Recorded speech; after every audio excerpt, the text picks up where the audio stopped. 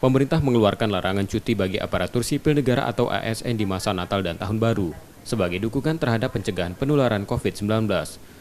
Larangan itu tertuang dalam Surat Edaran Menteri Pan-RB Nomor 13 Tahun 2021 tentang pembatasan kegiatan berpergian keluar daerah dan atau cuti bagi ASN selama Hari Libur Nasional tahun 2021. Pemerintah Kota Palembang sendiri mendukung aturan pengetatan tersebut. Meski tingkat vaksinasi sudah mencapai 73,3%, Kota Palembang kini masih berada di zona kuning berstatus level 2 resiko COVID-19. Wakil Wali Kota Palembang Fitriyanti Agustinda meminta para ASN dan masyarakat luas untuk menahan diri dari aktivitas yang tidak perlu selama masa libur Natal dan Tahun Baru. Terkait masalah Natal dan juga Tahun Baru, kita akan minta petunjuk nanti.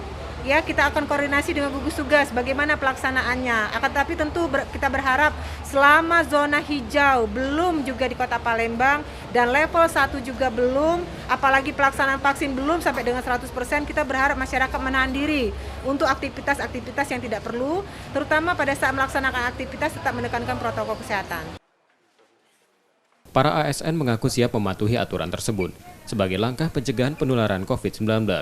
Meski sebelumnya telah ada rencana mengambil cuti akhir tahun, mereka memilih bersiap bijak dengan mengambil cuti di waktu lain.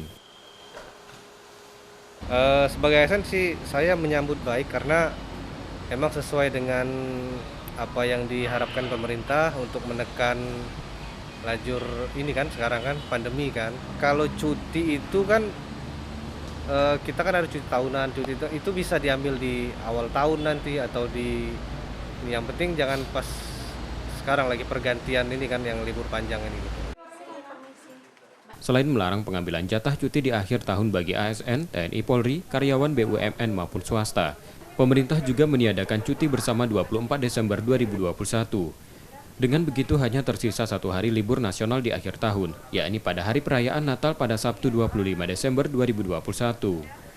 Rizky Nurmizan, Purwantoro, Kompas TV, Palembang, Sumatera Selatan.